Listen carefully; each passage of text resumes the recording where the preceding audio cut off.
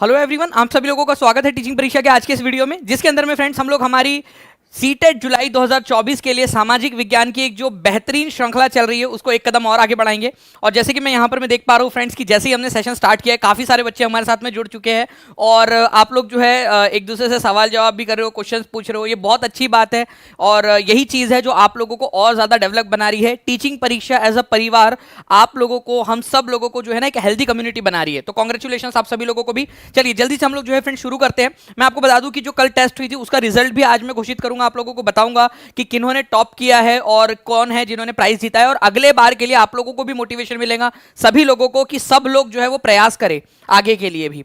ठीक है, चलिए तो बहुत बहुत शुक्रिया जिन्होंने भी सेशन को लाइक कर दिया, उन सभी लोगों का बहुत बहुत शुक्रिया। पहले क्वेश्चन की तरफ में आगे बढ़ते हैं फ्रेंड्स। पहला ही क्वेश्चन एक बहुत ही बढ़िया वाला क्वेश्चन है आप लोगों का, जिसके अंदर में आप लोगों से बोला गया है कि ईश्वर चंद्र विद्यासागर, ठीक है, उन्होंने सामाजिक जो बुराइयां थी उनको चुनौती देने के लिए कौन सी रणनीति अपनाई थी। ठीक है, तो कौन सी रणनीति थी जो ईश्वर चंद्र विद्यासागर जी ने अपनाई थी। आपको पता होना चाहिए फ्रेंड्स कि ईश्वर चंद्र विद्यासागर वही व्यक्ति है जिनके प्रयासों के वजह से जो विडो रीमैरिज है, विधवा पुनर्विवाह, उसका कानून पास हो पाया था 1856 के अंदर में। ठीक है, 1856 में। तो क्या उन्होंने अपनी बात को साबित करने के लिए पश्चिमी विचारों का हवाला दिया कि भाई देखो पश्चिम में ऐसा होता है तो यहाँ भी ऐसा ही होना चाहिए? क्या उन्होंने ऐसे चीज़ें ढूंढी जो कि सुपरस्टिशन, अंधविश्वास को बढ़ावा देती है, ऐसी चीज़ों को उन्होंने खोजा? प्राचीन ग्रंथों में श्लोक या वाक्यों को ढूंढा? बताइए। तो आंसर यहां पर में जो है फ्रेंड्स ऑप्शन नंबर बी होगा। ठीक है, ये याद रखना है आप लोगों ने, ऑप्शन नंबर बी मतलब ओनली सी इज करेक्ट। क्यों? बाकी के दो क्यों गलत है अब आप ध्यान से समझिए आप लोग। वेस्टर्न चीजों का सहारा, या वेस्ट में ऐसी चीज होती है इसलिए वैसा होना, तो लोग बोलेंगे भग गुड़बक, ठीक है, ये क्या वेस्ट में ऐसा होता है तो हम भी वैसे ही करें, ऐसा थोड़ी होता है। तो उल्टा और उनके ऊपर में बात आ जाती है, उनके अपोजिट हो जाते हैं लोग। अगर ये बोलते कि भाई देखो पश्चिम में ऐसा होता है इसलिए वैसा अपन कर लेते हैं, ठीक है, तो उन्होंने वो चीज़ नहीं की कि पश्चिमी देशों का हवाला दिया, देखो भाई वेस्टर्न कंट्रीज में तो ऐसा होता है, ठीक है, हम भी वैसा ही करते, ऐसा नहीं किया उन्होंने। तो पहला वाला गलत है, ठीक है, ए गलत है यहाँ पर में। उन्होंने जो सुपरस्टिशन है, सुपरस्टिशन या अंधविश्वास को खोजा, या ऐसी चीज़ें खोजी जो अंधविश्वास का समर्थन करती है। आप मेरे को एक बात बताओ, चचा ईश्वर चंद्र विद्यासागर जी ये जो थे ये अंधविश्वास के खिलाफ थे, ये जो है जो मॉडर्नाइजेशन है, ठीक है, उसके समर्थन में थे। तो ये सुपरस्टिशन और अंधविश्वास को क्यों बढ़ावा देंगे, या ऐसी चीज़ें क्यों खोजेंगे जो अंधविश्वास को बढ़ावा देती है, उसका समर्थन करती है? उसका वो तो खंडन कर रहे थे ना उल्टा, तो ये तो गलत है उल्टा। ठीक है, ये याद रखना आप लोगों ने, समर्थन देने वाले अंधविश्वास को खोजेंगे क्यों वो? तो एग्जामिनर ने तो आप लोगों के लिए कितना इजी कर दिया था क्वेश्चन यहाँ पर में, डायरेक्टली आप ओनली सी लगा सकते थे। कितने लोगों को समझ गया यहाँ पर में? ठीक है, जल्दी से हाथ ऊपर करके बता दीजिए जितने भी लोगों को समझ गया।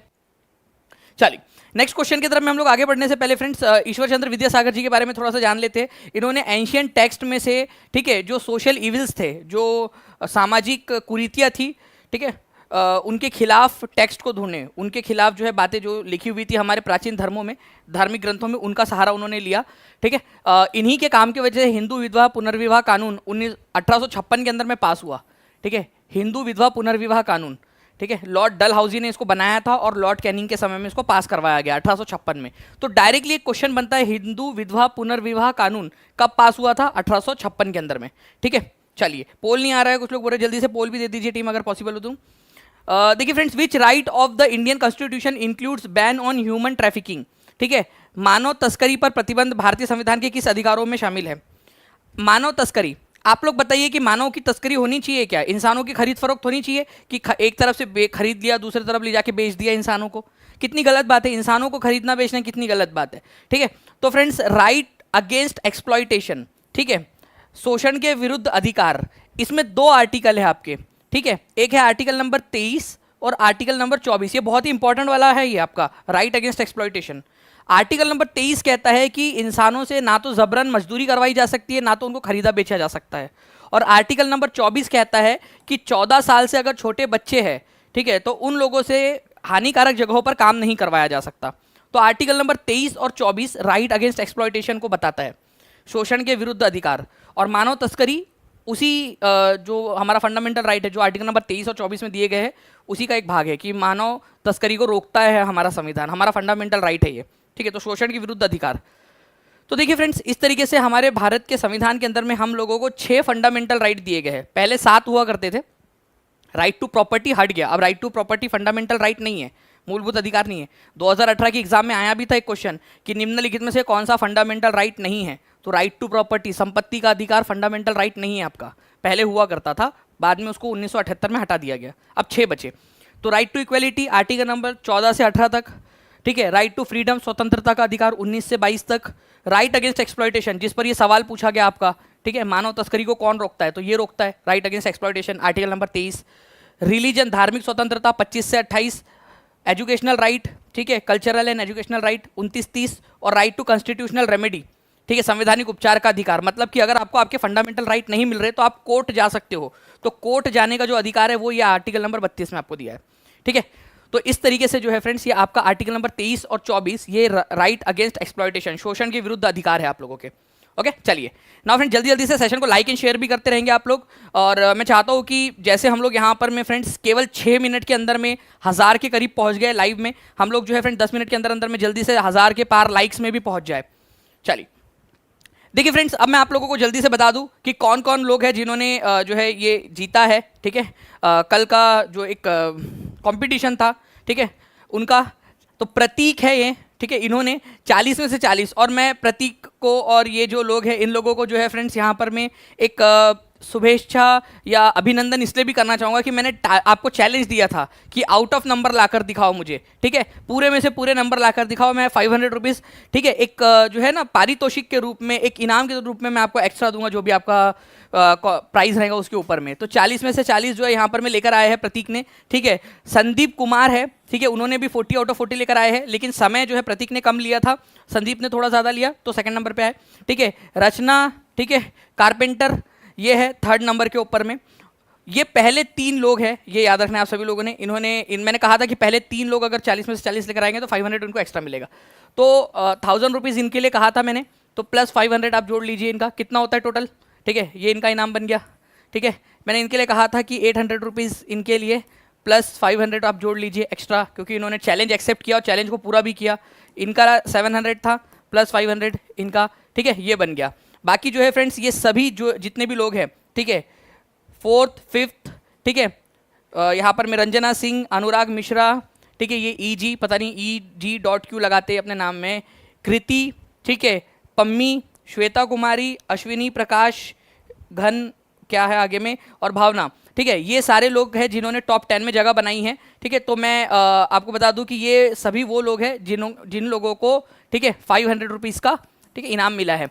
तो इन लोगों को जो है फ्रेंड्स अगले जो है यहाँ पर में 72 आवर्स के अंदर में इन लोगों को इनका इनाम जो है इन लोगों को मिल जाएगा, ठीक है, 72 घंटे के अंदर अंदर, ये टीचिंग परीक्षा की गारंटी है। तो आप लोग जो है फ्रेंड, जैसे बाकी बहुत सारे लोग कॉन्ग्रेचुलेशंस लिख रहे हैं, आप लोग भी लिख दीजिए, क्योंकि आप ही के साथी लोग हैं, मेहनत करके आगे बढ़े, और अगला नंबर हो सकता है आपका हो, आप हो सकता है आप लोग करें यहाँ पर में, ठीक है, आपका नाम यहाँ पर में आए, ठीक है। चलिए, तो कॉन्ग्रेचुलेशंस इन सभी लोगों को। आगे बढ़ते हैं हम लोग फ्रेंड्स यहाँ पर में हमारे नेक्स्ट क्वेश्चन की तरफ में। देखिए, आप लोगों से बोला गया है कंसीडर द स्टेटमेंट ABC, जिसमें मेटामॉर्फिक रॉक के बारे में बात की गई है, कायांतरित चट्टानों के बारे में। अब देखिए, अगर मैं चट्टानों के बारे में बात करूं, अगर आप लोग चाहते हो कि मैं चट्टानों पर एक आपके लिए सेपरेट वीडियो बना दूं, तो मुझे बताइएगा ज़रूर, मैं आप लोगों के लिए एक वीडियो बना दूंगा चट्टानों के ऊपर में, इग्नियस, मेटामॉर्फिक, ठीक है, और आप लोगों की सेडिमेंट्री रॉक जो है उनके ऊपर में। तो देखिए, मेटामॉर्फिक रॉक जो है आपकी कायांतरित चट्टानें, ये आप लोगों की कब बनती है, पहला बोला है कि इग्नियस या सेडिमेंट्री रॉक, आग्नेय या अवसादी चट्टानें, जब इनके ऊपर में बहुत ज़्यादा हीट और प्रेशर डाला जाता है तो ये मेटामॉर्फिक में कन्वर्ट हो जाती है। मतलब कि कोई इग्नियस रॉक है, आग्नेय चट्टान या अवसादी चट्टान जो परतदार होती है, उन पर हीट डालो, प्रेशर डालो, तो वो क्या होंगी, वो कन्वर्ट हो जाएंगी कायांतरित चट्टान में। बिल्कुल सही बात है, ऐसे ही तो बनती है कायांतरित चट्टान। कायांतरित का मतलब ये होता है कि उसका कायाकल्प हो गया, वो बदल गई, ठीक है। जब जब जिसने जो है प्रेशर को झेला है, जिसने दबाव झेला है, जिसने जो है संघर्ष किया है, वो आगे बढ़ा है, उसका कायाकल्प हो गया है। तो आग्नेय चट्टान और अवसादी चट्टान जो है वो भी कायांतरित बन जाती है। चूना पत्थर की एक चट्टान थी, ठीक है, हीट और दाब उसने झेला लंबे समय तक, करोड़ों सालों तक, और आज वो संगमरमर बन के जो है ताजमहल की शोभा बढ़ा रही है, ठीक है। तो संगमरमर जो है आप लोगों का जो मार्बल होता है, आपको पता है वो चूना पत्थर हुआ करता था, लाइमस्टोन हुआ करता था। लाइमस्टोन एक आपका जो है सेडिमेंट्री रॉक है, अवसादी चट्टान का एग्जाम्पल है। करोड़ों सालों तक उस पर हीट और प्रेशर बना, तब जाकर वो कायांतरित चट्टान मतलब मार्बल में कन्वर्ट हो गया। तो बिल्कुल पहला वाला सही है आपका। तो जहाँ 1 नहीं है उसको काट दो, देखो यहाँ 1 नहीं है, ए को इनकरेक्ट बोला है, काट दो। ठीक है, यहाँ पर में जो है आप लोगों का दूसरा वाला जो है और हम लोगों को देखना पड़ेगा, metamorphic rocks melt to form molten magma when subject to great heat and pressure. Metamorphic rock के ऊपर में अगर आपने जो है और ज़्यादा हीट और प्रेशर डाला, ठीक है, तो वो क्या होगा, आप लोगों का मैग्मा मतलब वो पिघल जाएगा आप लोगों का, ठीक है, फिर से पिघल जाएगा। और marble is a metamorphic rock. देखिए तीसरा वाला तो आपको याद ही हो गया, संगमरमर एक कायांतरित शैल का एग्जांपल है आप लोगों का, तीसरा वाला। तो सी जो है वो आपका करेक्ट होना चाहिए, जहां सी को इनकरेक्ट बोला है उसको काट दो। देखो यहाँ सी को इनकरेक्ट बोला है, ठीक है, एग्जाम का क्वेश्चन है ये भी काट दिया आप लोगों ने। ओके, चलिए उसके बाद में बारी आती है अब आप लोगों की पूरा का पूरा बी के ऊपर में। तो देखिए मेटामॉर्फिक रॉक जो होती है ना आप लोगों की, अगर इसके ऊपर में फिर से आप लोगों ने क्या किया, बहुत ज़्यादा, ठीक है, आप लोगों ने इसको हीट एंड प्रेशर डाल दिया इसके ऊपर में, तो क्या होगा, ये फिर से वापस से जो है मैग्मा में कन्वर्ट हो जाएगा, फिर से पिघल जाएगा और फिर से ये ठंडा होकर इग्नियस चट्टान बनाएगा। क्योंकि जब मैग्मा फिर से ठंडा होता है तो पहली चट्टान जो बनती है वो इग्नियस चट्टान, आग्नेय चट्टान बनती है। तो ये कहलाता है शैल चक्र, जब एक प्रकार की चट्टान दूसरे प्रकार की चट्टान के अंदर में कन्वर्ट होती रहती है, शैल चक्र इसको कहते हैं आप लोग, शैल चक्र। ठीक है, तो आंसर क्या हो जाएगा फ्रेंड्स आप लोगों का यहाँ पर में इस पर्टिकुलर क्वेश्चन का आंसर आप लोगों का हो जाएगा डायरेक्टली, ठीक है, यहाँ पर में आप लोग देखिए ऑप्शन नंबर 3, ठीक है, A B and C all are correct. यहाँ पर में सारे के सारे आप लोगों के करेक्ट दिए गए हैं। तो मार्बल जो है आप लोगों का क्या है फ्रेंड्स, मेटामॉर्फिक रॉक है, ये याद रखना था आप लोगों ने, बहुत ही इंपॉर्टेंट वाला पॉइंट है, एग्जाम के अंदर में आप लोगों से पूछा जा सकता है। ठीक है, जस्ट अ सेकेंड,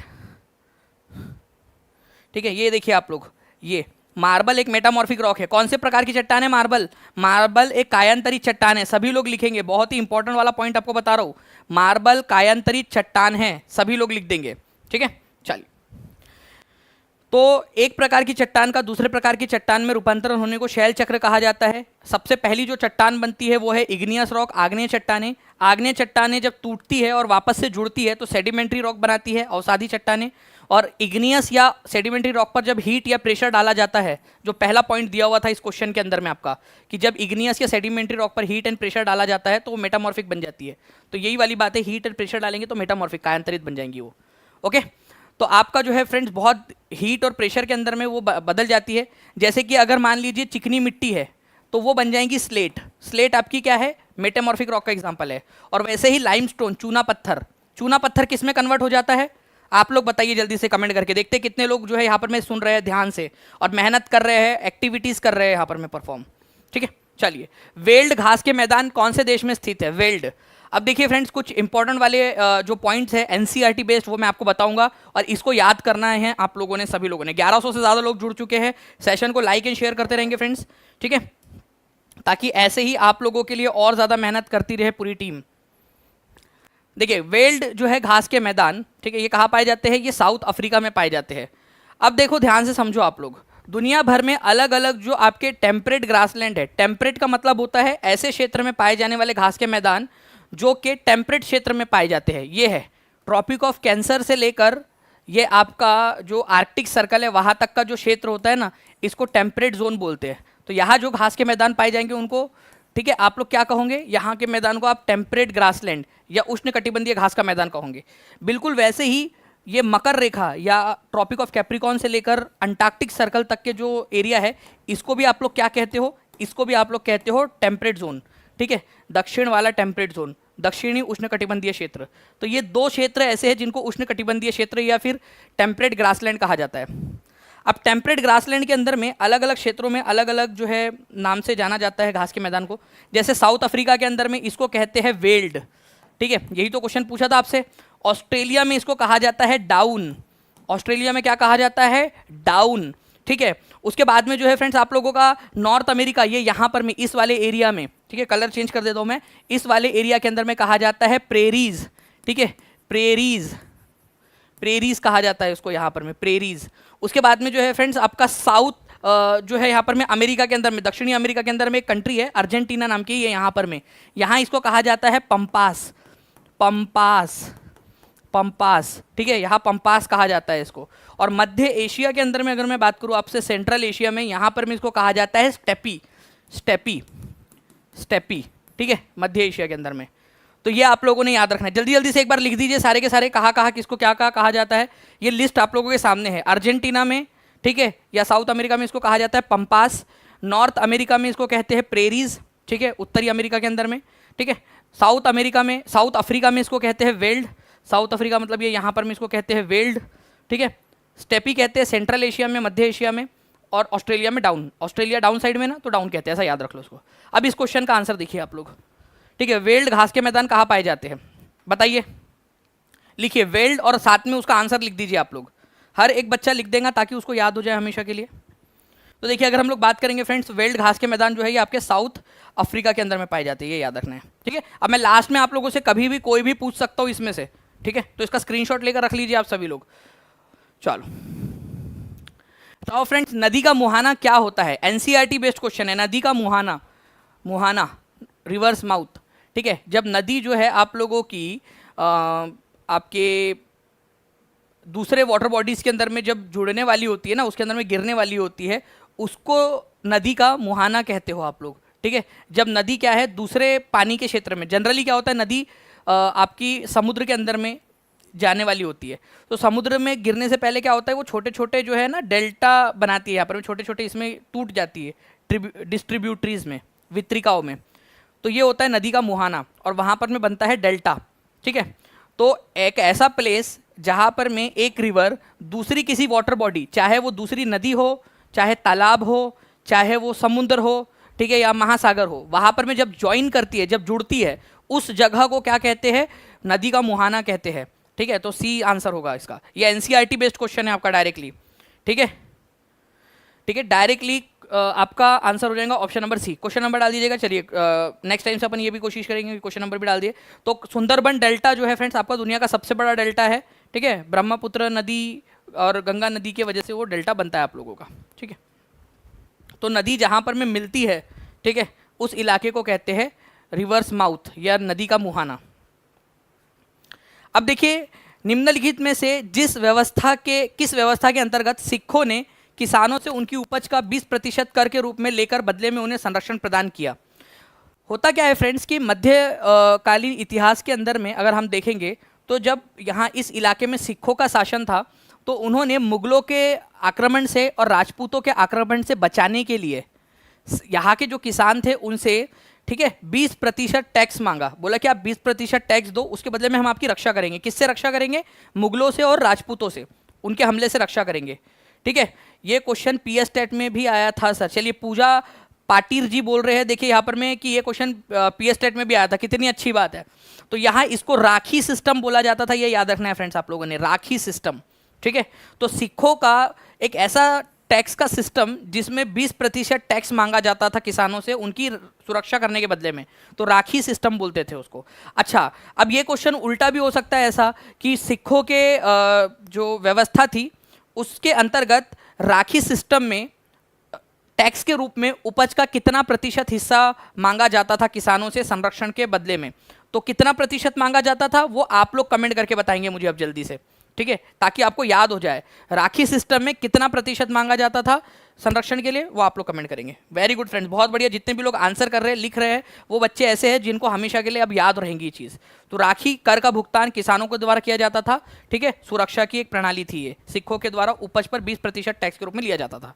नाउ देखिए अब नेक्स्ट बड़ा क्वेश्चन आपका, ये 8वीं कक्षा की जो पुस्तक है, ठीक है, उसकी हिस्ट्री का क्वेश्चन है, ठीक है, बड़ा क्वेश्चन और important question, NCERT based question है पूरे। Consider the following statements regarding creation of linguistic state. भाषाई आधार पर राज्यों के गठन के संदर्भ में निम्नलिखित कथनों पर विचार कीजिए। पंडित जवाहरलाल नेहरू और वल्लभ भाई पटेल जो थे वो अगेंस्ट थे लिंग्विस्टिक स्टेट बनाने के, भाषाई आधार पर राज्य के बनाने के ये विरोध में थे। भाषाई आधार पर राज्य का मतलब क्या होता है?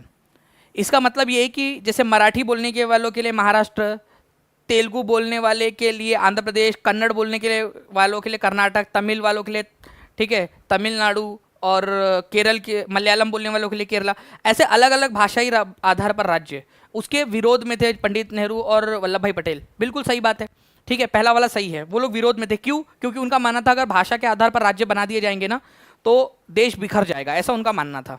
आंध्र प्रदेश जो है फ्रेंड्स पहला राज्य था जो भाषा के आधार पर बना।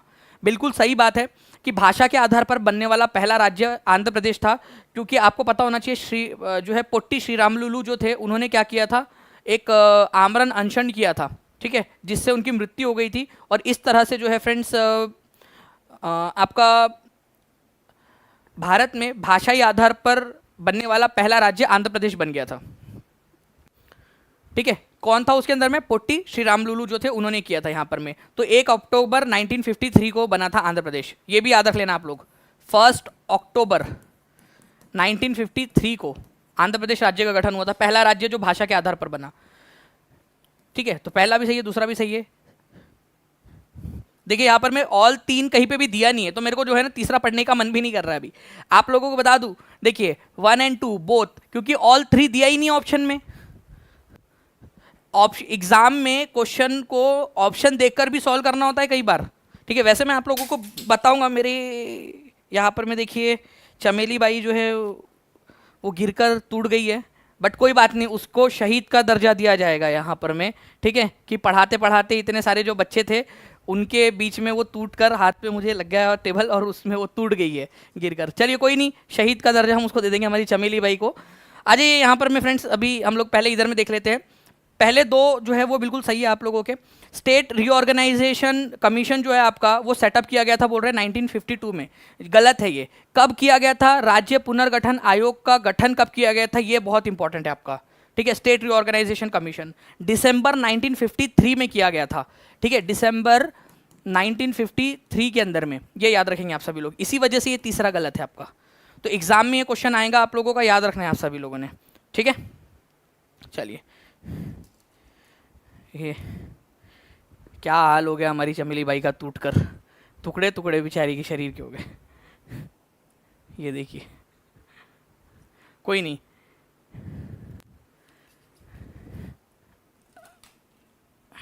सो स्लाइडर है बेसिकली, जिससे स्लाइड चेंज होती थी हाथ से। तो कब हुआ था ये स्टेट रीऑर्गेनाइजेशन कमीशन का गठन? 1953 के अंदर में, ये याद रखना है आप सभी लोगों ने। ठीक है, आंध्र प्रदेश भाषाई आधार पर बनने वाला पहला राज्य था। ठीक है, चलिए, तो C is the correct answer.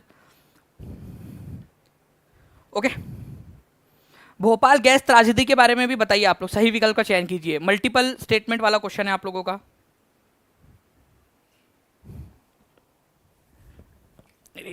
कहाँ कहाँ टूट के गिरे इसके टुकड़े।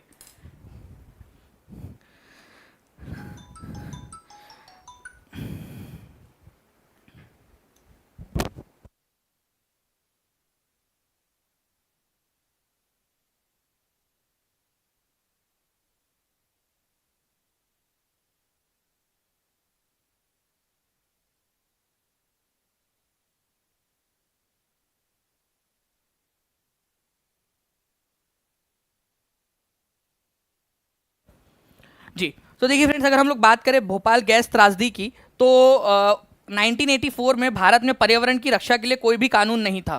ठीक है, पर्यावरण रक्षा के लिए कोई कानून नहीं था, ऐसा बोल रहा है यहाँ पर में इस पर्टिकुलर क्वेश्चन के अंदर में 1984 तक। उसके बाद में बोल रहा है कि सुप्रीम कोर्ट ने कहा कि जीवन का अधिकार संविधान के अनुच्छेद 21 के तहत एक मौलिक अधिकार है, और इसमें प्रदूषण मुक्त हवा और पानी का अधिकार भी शामिल है। ठीक है, तो सुप्रीम कोर्ट ने कहा कि भाई आपको जिंदा रहने के लिए तेरी कसम प्रदूषण मुक्त हवा और प्रदूषण मुक्त पानी की ज़रूरत भी है सनम, तभी लाइफ, राइट टू लाइफ सही मायने में सही हो पाएगा, अदरवाइज जिंदा तो ऐसे फिर बीमार रह के भी रह लेंगे। ठीक है, तो फ्रेंड्स ये वाला पॉइंट जो है ना आप लोगों का कि 1984 तक जो है भारत में पर्यावरण की रक्षा के लिए कोई कानून ही नहीं था, ये बिल्कुल सरासर गलत है।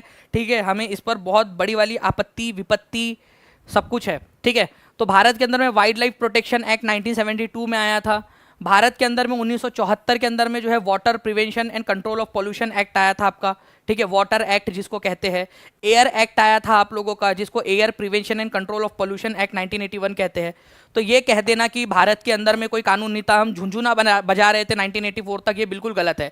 हाँ, ये बात सही है कि बहुत बड़ा फेल्यूर था 1984 के अंदर में, जब 1984 के अंदर में जो है भोपाल गैस त्रासदी हुई, हज़ारों लोगों की मृत्यु हो गई, और जो भी हुआ वो बहुत ज़्यादा गलत हुआ। लेकिन उससे पहले कानून थे।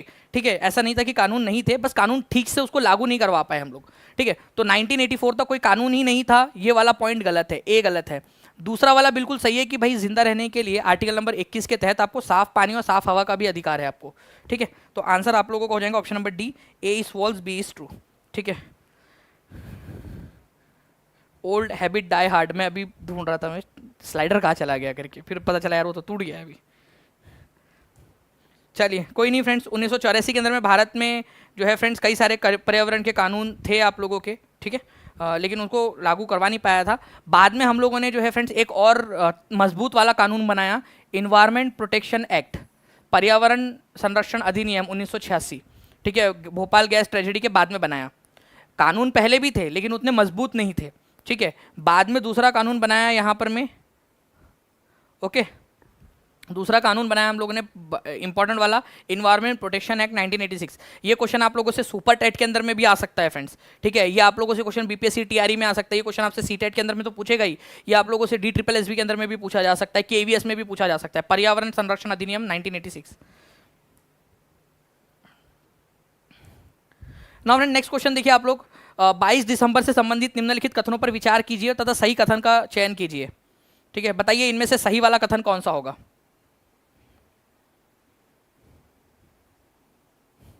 इन्वायरमेंट प्रोटेक्शन एक्ट कब आया था, सभी लोग लिख देंगे यहां पर में, और जितने भी लोगों ने लिख दिया बहुत अच्छी बात है।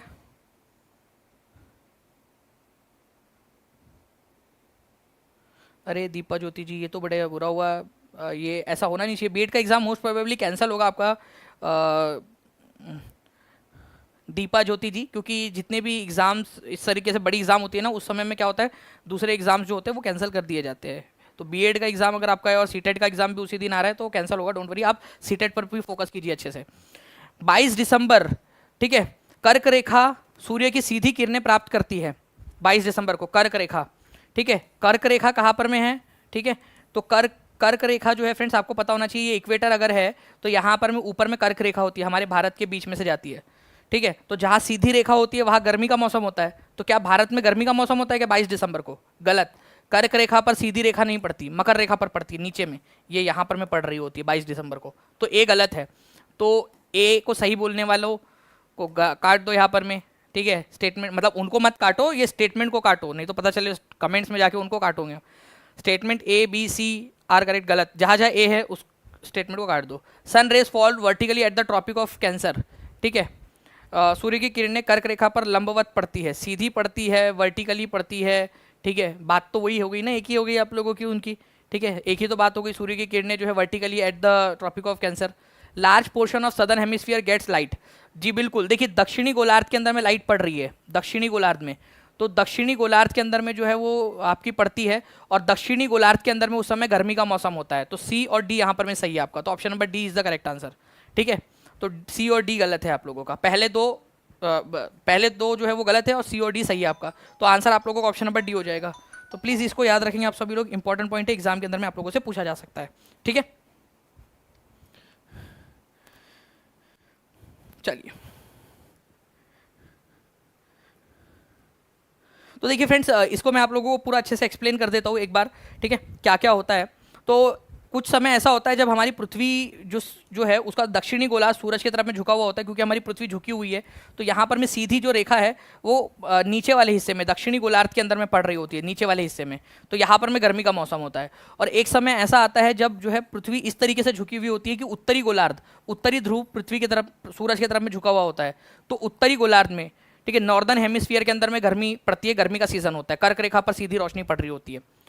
लेकिन 2 दिन ऐसे भी होते हैं आपके 21 सितंबर और जो है आपका 23 सितंबर और 21 मार्च, ऐसे दिन होते हैं आप लोगों के जब सूरज की सीधे किरणें जो है आपकी इक्वेटर पर पड़ती है, भूमध्य रेखा पर पड़ती है, और पूरे दुनिया के अंदर में बराबर दिन और बराबर रात होते हैं। ठीक है, ये याद रखना है आप सभी लोगों ने।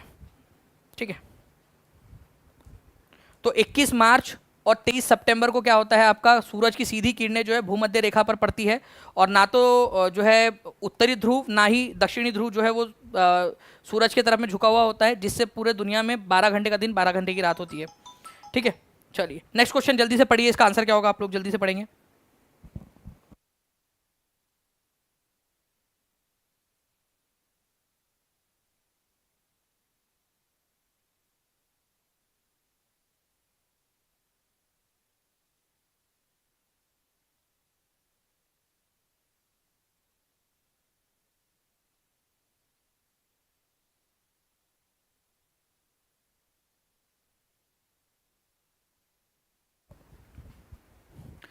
देखिए फ्रेंड्स, यहाँ पर मैं बोला है कि किस स्थिति में भारत में न्यायपालिका के पास अधिकार है कि वह संसद द्वारा पारित कानून को रद्द कर सकती है।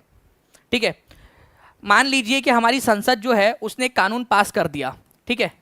अब अगर मान लो कि वो कानून जो है किसी तरीके से खराब है, तो कब कौन सी सिचुएशन के अंदर में उसको उसको रद्द किया जा सकता है, ठीक है। ओके, तो यहां पर मैं देखिए जो इंग्लिश वाला जो सेंटेंस है ना, यहां पर में ये थोड़ा सा कटा हुआ है, ये पूरी तरह से आया नहीं है इसके अंदर में। यहां पर में क्या होना चाहिए था कि जब संसद द्वारा पारित कोई कानून संविधान के आधारभूत ढांचे का उल्लंघन करता है, बेसिक स्ट्रक्चर का उल्लंघन करता है, violets the basic structure of, basic structure यहां लिखा नहीं है, मैं लिख देता हूं यहां पर मैं, बेसिक स्ट्रक्चर, ठीक है। बेसिक स्ट्रक्चर जो होता है ना, आधारभूत ढांचा, जैसे कि हमारा भारत जो है वो संघ रहेगा, राज्यों का समूह है, उसको नहीं बदला जा सकता। फंडामेंटल राइट आपके, ठीक है, अगर उसका उल्लंघन हो रहा है तो उस कानून को रद्द कर देगा। अगर मान लीजिए कि कोई ऐसा कानून बनाया जा रहा है जो न्यायपालिका की स्वतंत्रता को छीन रहा है, जैसे 2014 के अंदर मैं बताता हूँ आपको, एनजेक, नेशनल जुडिशियल अपॉइंटमेंट कमीशन लाया गया था, ठीक है। उस समय में जो हमारी सरकार बनी थी, मोदी जी की पहला ही साल था, उस समय लाया।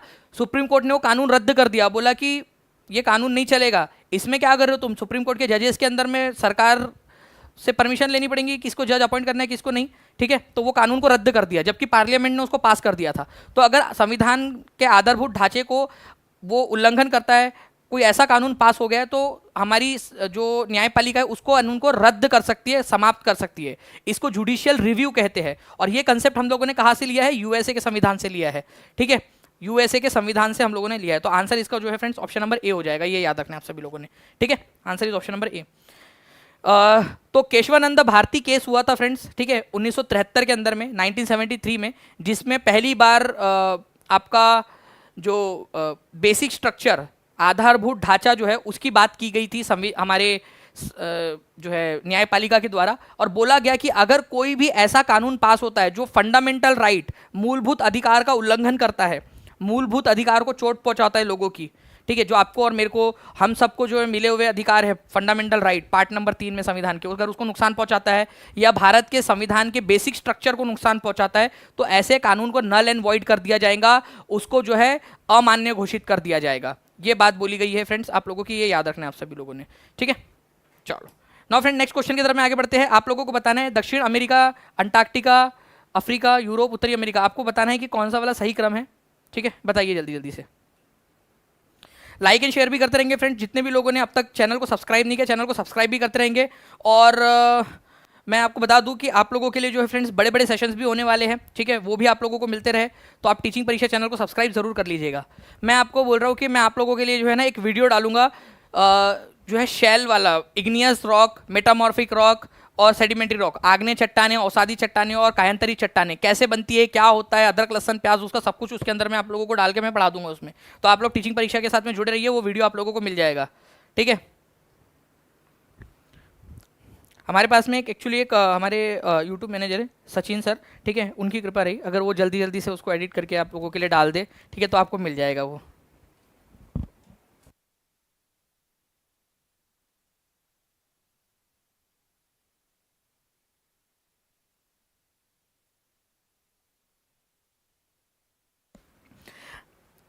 देखिए फ्रेंड्स, अगर मैं बात करूँ आप लोगों से यहाँ पर मैं, ठीक है, आप लोगों का north America, Africa, south America, Europe, Antarctica, ठीक है, तो सबसे बड़ा एशिया है, ठीक है। उसके बाद में बारी आती है अफ्रीका की, ठीक है, अफ्रीका के बाद में बारी आती है नॉर्थ अमेरिका की, नॉर्थ अमेरिका सबसे बड़ा है उसके बाद में, ठीक है, ये याद रखना है। फिर है साउथ अमेरिका, साउथ अमेरिका, ठीक है। उसके बाद में बारी आती है आप लोगों की 1 2 3, ठीक है, 4 हो गए। 5वें नंबर पे आता है अंटार्कटिका, अरे मत करिए प्लीज, ठीक है, अंटार्कटिका, अंटार्कटिका, ठीक है। और उसके बाद में बारी आती है आप लोगों की यूरोप की, यूरोप, ठीक है। फिर बाद में सबसे लास्ट में है ऑस्ट्रेलिया, ऑस्ट्रेलिया, ऑस्ट्रेलिया, ठीक है। तो ये याद रखना है आप लोगों ने, ये है क्रम बराबर से। तो एशिया और ऑस्ट्रेलिया तो दिया ही नहीं है इन ऑप्शंस के अंदर में, ठीक है, तो इनको काट दो आप, ठीक है, इन दोनों को काट दो, ठीक है, इन दोनों को काट दो। अब बार आती है आपकी कहाँ से शुरू होना चाहिए, अफ्रीका से। तो अफ्रीका यहाँ पर में दिया हुआ है आपका, तो नॉर्थ अमेरिका को काट दो आप यहाँ पर में, ये आंसर नहीं हो सकता, ठीक है। फिर उसके बाद में बारी आती है आप लोगों की नॉर्थ अफ्रीका के बाद में नॉर्थ अमेरिका, तो अफ्रीका के बाद में नॉर्थ अमेरिका यहाँ दिया है, फिर साउथ अमेरिका है, फिर अंटार्कटिका है, फिर यूरोप है, तो आंसर आपका ऑप्शन नंबर सी हो जाएगा, ठीक है, ये समझा आप लोगों को। थैंक यू वेरी मच, 1000 से ज़्यादा लाइक करने के लिए आप लोगों का फ्रेंड्स, 1000 से ज़्यादा सेशन को आप लोगों ने लाइक यहाँ पर में कर दिया है, बहुत बहुत शुक्रिया आप सभी लोगों का। ठीक है, तो ये आप देख सकते हो पूरा का पूरा आप लोगों की यहाँ पर में ये दी हुई है। ठीक है, नाउ फ्रेंड्स नेक्स्ट जो है आप लोगों का जो है मैं आप लोगों को बता दूं एक क्वेश्चन आप लोगों का जो आप लोगों के लिए है। देखिए यहाँ पर में करेक्ट ऑप्शन आप लोगों को चूज करना है। करेक्ट ऑप्शन यहाँ पर में कौन सा करेक्टली मैच्ड है, महाद्वीपीय संहति या फिर परपटी, महासागरीय परपटी, ठीक है, क्रोड या कोर। हमारी पृथ्वी जो है ना, ठीक है, वो 3 भागों में डिवाइडेड हम बोल सकते हैं उसको। सबसे ऊपर वाला जो भाग है ना उसको बोला जाता है कोर, इसको बोला जाता है आप लोगों का क्रस्ट, ठीक है, क्रस्ट या क्रोड, ठीक है, आप लोगों का क्रस्ट या फिर परपटी, बेसिकली इसको परपटी बोलते हैं, परपटी। ठीक है, जो दूसरा नंबर पे आता है आप लोगों का यहाँ पर में ये जो आप देख पा रहे हो इसको बोलते हो आप लोग मेंटल। क्या बोलते हो, मेंटल, मेंटल, ठीक है, मेंटल। और जो सबसे अंदर में है, ठीक है, ये वाला भाग जो है इसको बोला जाता है कोर। उसको भी वैसे 2 भाग में बांट सकते हैं अपन, लेकिन अभी फिलहाल के लिए अपन एक ही रखते हैं। तो जो सबसे बाहर वाली पपड़ी आपकी उसको क्रस्ट बोलते हैं, ठीक है, क्रस्ट। अब जो बाहर वाली पपड़ी है, हमारी पृथ्वी जो दुनिया है उसका जो बाहर वाला, सबसे बाहर वाला ऐसा पतली सी पपड़ी जो है उसको भी 2 भाग में बांट सकते हैं अपन। एक होती है कंटिनेंटल क्रस्ट जिस पर हम लोग खड़े, अभी हम कंटिनेंट, जमीन, ठीक है, और एक होता है ओशियन के नीचे में जो है वो ओशियनिक क्रस्ट। तो एक होती है परपटी जो आप लोगों की जिस पर हम लोग खड़े, ओशियनिक, जिसको महाद्वीपीय परपटी कहते हैं, महाद्वीपीय परपटी, और एक है महासागरीय परपटी। देखिए हमेशा जो है ना यहाँ पर में एक जो, ठीक है, एक लाइन थी, ठीक है, वो गोलमाल कौन सी मूवी थी, वो हेरा फेरी मूवी का एक डायलॉग था, ठीक है, लड़की का चक्कर बाबू भैया, लड़की का चक्कर, ठीक है, अच्छे अच्छों को डुबा देता है। तो यहाँ पर में जो है आपको याद रखना है सिलिका और मैग्नीशियम, ठीक है, आप लोगों का ये जो है सीमा, ये आपका इससे, ये जो है आपका ओशियनिक क्रस्ट उससे बना हुआ है। और यहाँ पर में जो है आपका सिलिका और एल्यूमिनियम, सियाल, ठीक है, ये आप लोगों का सिलिका और एल्यूमिनियम जो है आपका कंटिनेंटल क्रस्ट, महाद्वीपीय परपटी, इससे बना हुआ है आप लोगों का। ओके, तो आप लोग देखिए ऑप्शन एलिमिनेट कर सकते थे क्या, ये महाद्वीपीय संहति बोलो या फिर परपटी बोलो, एक ही बात है वो, ठीक है, परपटी। तो सिलिका और मैग्नीशियम सीमा से नहीं, गलत, ठीक है, इसकी जोड़ी लगनी चाहिए थी सिलिका और एल्यूमिनियम से, और महासागरीय परपटी की बननी चाहिए थी सिलिका और मैग्नीशियम से। तो नन ऑफ दी अबव को तो आंसर दिया ही नहीं आपका, ए एंड बी गलत है, तो सी आपका बिल्कुल सही होगा निर्विवाद रूप से। और बिल्कुल सही बात है, जो क्रोड होता है वो आपका नीफे से बना हुआ है, निकेल और फेरस, निकेल और आयरन, ठीक है, आयरन को ही फेरस कहते हो आप लोग, ठीक है। तो सबसे ऊपर में आप लोगों का क्रस्ट, ये यहाँ देखिए क्रस्ट, ठीक है, फिर बीच में मेंटल है। क्रस्ट को 2 भागों में बांटा जा सकता है, एक तो भूमि वाला और एक महासागर वाला। भूमि वाला सियाल है और महासागर वाला सीमा है, ठीक है। और जो कोर है आपका अंदर वाला वो नीफे, निकेल और फेरस से बना हुआ है आपका, ठीक है। चलिए, तो ये याद रखना था आप लोगों ने। नेक्स्ट फ्रेंड, भारतीय योजना आयोग का गठन हेतु नीतियों की योजना बनाने के लिए क्या हुआ था आप लोगों का, मतलब किस लिए हुआ था। Planning commission of India was set up to plan policies for, किस चीज़ की प्लानिंग के लिए किया गया था प्लानिंग कमीशन। देखिए ये बहुत ही इंपॉर्टेंट बात है आप लोगों की। प्लानिंग कमीशन योजना आयोग का गठन 1950 में किया गया था, भारत की आज़ादी के बाद 1950 में किया गया था, ठीक है। बाद में इसको बदल दिया गया नीति आयोग से। तो प्लानिंग कमीशन का गठन 1950 में होता। हर एक बच्चा लिखेगा जल्दी से, 1100 बच्चे जो है उन्होंने लाइक भी कर दिया है सेशन को, बहुत बहुत शुक्रिया। 1400 से ज़्यादा बच्चे यहाँ देख रहे हैं, तो लिख दीजिए यहाँ पर में 1905 में किया गया था, 1950 में किया गया था। इकोनॉमिक जो डेवलपमेंट है भारत का, आर्थिक विकास, उसके लिए कि भारत का आर्थिक, अब हम जो है अंग्रेजों से आज़ाद हो चुके हैं, अब कैसे हमारे भारत का डेवलपमेंट कर सकते हैं हम इकोनॉमिक तौर पर, ठीक है, उसके लिए ये किया गया था। ये याद रखना है आप सभी लोगों ने, ये इंपॉर्टेंट है आपका, ठीक है। तो ये एक इंपॉर्टेंट पॉइंट आपका इकोनॉमिक डेवलपमेंट के लिए हम लोगों ने इसको किया था। चलिए आगे बढ़ते हैं हम लोग फ्रेंड्स यहाँ पर में। अब मैं आप लोगों से कुछ सवाल पूछ रहा हूँ, जल्दी जल्दी से आप लोग बताएंगे मुझे, ठीक है। आप लोग मुझे बताइए कि यहाँ हमारे भारत के अंदर में हमारे कितने फंडामेंटल राइट्स है, फंडामेंटल राइट्स के नंबर कितने हैं, ठीक है। 5 फंडामेंटल राइट है, 6 है, 7 है या 8 है, ठीक है। कितने फंडामेंटल राइट्स आज के दिन है हमारे भारत के संविधान के अंदर में, ये आप लोग मुझे बता देंगे जल्दी जल्दी से कमेंट करके, जितने भी लोग देख रहे हैं, ठीक है। उसके बाद में आप लोग मुझे ये बताएंगे कि हमारे भारत के अंदर में जो राइट अगेंस्ट एक्सप्लॉइटेशन है, शोषण के खिलाफ अधिकार, राइट अगेंस्ट एक्सप्लॉइटेशन, उसमें कौन कौन से आर्टिकल आते हैं राइट अगेंस्ट एक्सप्लॉइटेशन में। 2 आर्टिकल आते हैं, हिंट दे देता हूँ। राइट अगेंस्ट एक्सप्लॉइटेशन, ठीक है, शोषण के विरुद्ध अधिकार, शोषण के विरुद्ध, ठीक है, अधिकार जो है आपका, उसमें कौन कौन से अधिकार आते हैं आप लोगों के, ये बता देंगे आप सब लोग मुझे। 2 आर्टिकल्स है वो, ये बताइए जल्दी से, ठीक है, जल्दी जल्दी से लिखते जाएंगे आप सभी लोग। इसके बाद में आप लोग मुझे बताइए कि मार्बल, ठीक है, मार्बल, ठीक है, आप लोगों का ये कौन से प्रकार का जो है चट्टान है, कौन से प्रकार की चट्टान है मार्बल, ठीक है, जिसको आप लोग संगमरमर भी बोलते हो, ठीक है। तो संगमरमर जो है आपका कौन से प्रकार की चट्टान है, आग्नेय चट्टान है, अवसादी चट्टान है, या कायांतरित है, इग्नियस है, सेडिमेंट्री है, या मेटामॉर्फिक है, आप लोग बताओगे। और किस चीज़ से बनती है, किस चीज़ के बाद में कन्वर्ट होने के बाद में बनी है ये। इसके बाद में आप लोग मुझे बताओगे फ्रेंड्स कि जो डाउन नाम का घास का मैदान है ये कहाँ पाया जाता है, डाउन ग्रासलैंड, ग्रासलैंड, ये भी बताएंगे आप लोग। डाउन नाम का ग्रासलैंड और वेल्ड, वेल्ड नाम का ग्रासलैंड कहाँ पाया जाता है, दोनों आंसर करोगे आप लोग, ठीक है। मुझे उम्मीद है कि आप लोग जो है यहाँ पर मैं आंसर कर दोगे सारे के सारे लोग, ठीक है। इसके अलावा आप लोगों से मैंने कहा था कि एक क्वेश्चन है जो मैं आप लोगों से ज़रूर पूछूंगा, और वो क्वेश्चन था आप लोगों का फ्रेंड्स कि हमारे भारत के अंदर में, ठीक है, भाषाई आधार पर बनने वाला पहला राज्य आंध्र प्रदेश कौन से साल बना था, आंध्र प्रदेश बनने वाला भाषा के आधार पर कौन से ईयर में बना था, ये बता दीजिएगा आप लोग, ठीक है। मैंने अभी आपको बताया प्लानिंग कमीशन, प्लानिंग कमीशन कब बना था, योजना आयोग, ठीक है, योजना आयोग कब बना था, कौन से साल में, ये आप लोग बता देंगे, ठीक है। उसके बाद में एक और जो है फ्रेंड्स क्वेश्चन था आप लोगों का, इन्वायरमेंट प्रोटेक्शन एक्ट, पर्यावरण संरक्षण अधिनियम, इन्वायरमेंट प्रोटेक्शन एक्ट कौन से साल आया था, एनवायरमेंट ब्रैकेट में प्रोटेक्शन है, प्रोटेक्शन संरक्षण जिसको बोलते हैं एक्ट, कौन से साल आया था ये बता देंगे आप लोग, इन एग्जाम में पूछे जाने की संभावना है।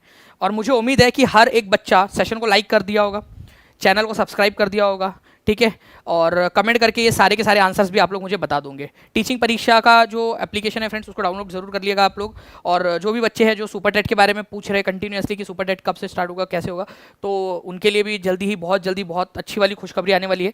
आप लोगों के लिए एक खुशखबरी देखिए अभी आ गई है कि टेस्ट आप लोगों की, ठीक है, आपकी लिंक डाल दी गई है, आप लोग इस लिंक पर क्लिक करके टेस्ट दे सकते हो और मुझे बता सकते हो कि आप लोगों का स्कोर कितना आया, ठीक है। और अपने दोस्तों के साथ में जहां भी इस सेशन को शेयर कर सकते हो शेयर जरूर कीजिए फ्रेंड्स, ताकि ज़्यादा से ज़्यादा लोग यहाँ पर जुड़ सके और पूरी की पूरी टीम मोटिवेशन के साथ में आप लोगों के लिए और ज़्यादा एफर्ट कर सके। तो आपके जितने भी परिवार में लोग हैं, ठीक है, आपके जितने दोस्त हैं, ठीक है, आपके जितने भी सहपाठी हैं, उनको बताइए कल अभी जल्द ही आपका कुलदीप सर की साइंस की एक मैराथन होने वाली है, ठीक है, उसको भी आप लोग प्रमोट कीजिए। जो भी साइंस के साथ में आपके बच्चे सीटेट दे रहे हैं, आपके साथी लोग सीटेट दे रहे हैं, आपके परिवार में आपके कॉलेज के दोस्त सीटेट दे रहे हैं, उनको भी बताइए आप लोग, ठीक है, कि साइंस की भी आपकी मैराथन यहाँ पर में होने वाली है, ठीक है। चलो, thank you very much, take care and bye, God bless you all, thank you very much friends, bye, thank you.